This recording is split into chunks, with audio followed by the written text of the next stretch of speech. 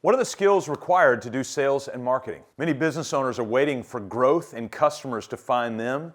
And regardless of how far out we are in the pandemic made us drunk that people came to us.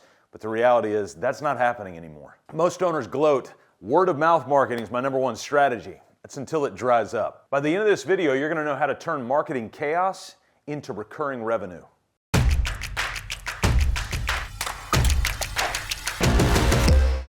So I was on a call one time and I was sort of bemoaning this idea of marketing and sales, and in fact I would call it sales and marketing all the time, not realizing that actually marketing does come before sales. And we got into this discussion, and it was a friend of mine who owns a marketing agency, and he said this phrase. He said, "Scott, you got to remember this, a lead is a perishable item." And it just kind of stuck with me for a second, and I thought, wait a second. And then in my mind, I thought, what other things are perishable items? And I thought, bananas, fruit, right? Vegetables, things like that. Over time, if you just let them sit and subject them to heat and light and moisture and other things, they'll rot if you don't take care of them. And so the same with a lead, if we don't take that lead and actually run it through a process. A lot of people come up to us and go, "Hey, Scott, I've got a marketing problem," or "I've got a sales problem." And we usually look and respond very thoughtfully and kindly and go, "Actually, you have neither. What you have is a process problem. You don't have a process for marketing, you don't have a process for sales." And so that's what I want to talk about, and how you can actually lay that out and see what the difference between those two disciplines is. So we have tended in the past few years to work with a lot of contractors, business owners, particularly 100 employees or less. But in that space, we tend to seem to have migrated to a lot of contractors. And during the pandemic, even though we're years out from that now, it was a real big learning lesson. And here's one of the things that we learned through that process. Is in the contracting space, not in all space, if you were in the live event space, you got hammered during the pandemic.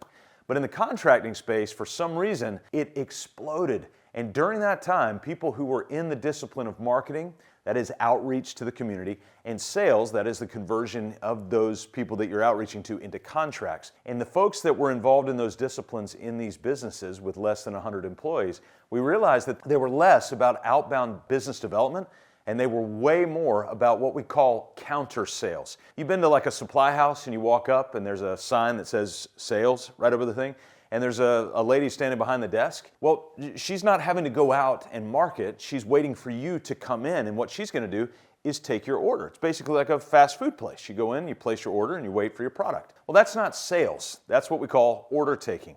And in a pandemic mindset, again, doesn't matter how far out you are from that pandemic, we need to get away from this idea of order taking and into the mindset of business development. So that's when we get down to the skill level of marketing and sales. So we're going to look at these two, marketing and sales. And by the way, the order is important. Marketing always comes before sales. You can't sell to someone who doesn't know you exist. And marketing goes out to the world to go, "Hey, we exist." So there are three things I want to lay out for marketing, and there's a few things I want to lay out for sales that I think will be really good skills for you. Skill number one in marketing. Ready? Ask this simple question. Where have 80% of our customers come from before? That's it. Just stop there. Before you go out and try all new tactics and hire the next big marketing agency or anything like that, I just want you to ask the simple question. Where have 80% of our customers come from? And then pay attention to the answer. Write that answer down, because that one answer is going to inform everything else that you do in marketing and in sales. The second marketing skill I want you to think about is actually using a super expensive piece of software called a spreadsheet. Just open a free spreadsheet, and what I want you to do is I want you to map out the last 10 customers that actually came from you. Now remember, probably 80% of those were from the same channel. When we look at the 80% rule that I asked you before, we want to start to break that out into channels. For instance, is it customer referrals? That's a channel. Is it online marketing? That's a channel. Is it going to associations and live in-person meetings? That's a channel. And so where have 80% of your customers come from? What's that channel? Now I want you to write those names down on a simple spreadsheet, and then you'll be able to identify what that channel looks like. Listen, before I go any further, I want to remind you, this is not rocket science. This is basic discipline when it comes to marketing. So it's less about the innovative ideas and the silver bullets and all of those sorts of things, and it's far more about asking the right questions and having discipline over time. The third skill in marketing that I want to lay out is to sit down with a scratch sheet of paper. And so now you've asked your 80% question. You've got a list of names of the last 10 clients that you've actually served. Now I want you to write out 5 to 15 tactics that you'll use to take the people, like that list of names that you have, and to start nurturing those people over time, or people who are like them. And so when we're thinking about marketing, we want to look at who we've already served, and then we find out where did those people come from. Let's go back to those channels, and let's take these 5, 10, 15 tactics, and let's start going after them over time. I want to give you an example for this. So we work with a builder in Northern California. And the builder, we started to ask, where do 80% of your clients come from? And he said, actually, architects. I get a lot of my business from architects. Okay? Rocket science. Why don't we go spend more time with architects? And so we made the list of 10 architects that have fed him business before. And in his case, he only had about 7 that had fed him business. So then we filled out the rest of the list with 3 architects that are in town that he's never worked with. So these are aspirational. And then he got the idea, wait a second, why don't I pick like 10 more that I've not worked with before, and let's start nurturing. So what he's done is he actually hired a virtual assistant out of the country for about $10 an hour. That virtual assistant makes phone calls all day long to the architects in his areas and sets up coffee and lunch with the architect. And so now the builder meets with about 2 to 3 architects a week. And guess what he doesn't have anymore? A problem filling his pipeline. All he did was ask the question, fill out the list, start thinking through the tactics, and for him, the tactic was to sit down face to face with architects. All right, so I've talked about marketing. Now I want to pivot to sales. Marketing's telling the world we're here. Hey, we're here. Sales is where we take the people that we've met in marketing and convert them into customers. We get married at the altar of sales. So let's talk about 4 questions that you need to be asking as it relates to sales once you've started to stoke the pipeline of marketing. So this is skill number 1 in sales. So here are the 4 questions. What problems do you solve? Why does it matter? What's your process? And then the ultimate question, what happens when they buy? We get all excited about a contract, but once we get the contract or land the customer, we got to do the work at that point. And so we really need to button it up as to what happens at the trigger moment that a contract is signed. All right, sales skill number 2. We've asked those 4 questions. And then once that contract is signed and we have that onboarding experience, there's something that's got to happen, and this is an art.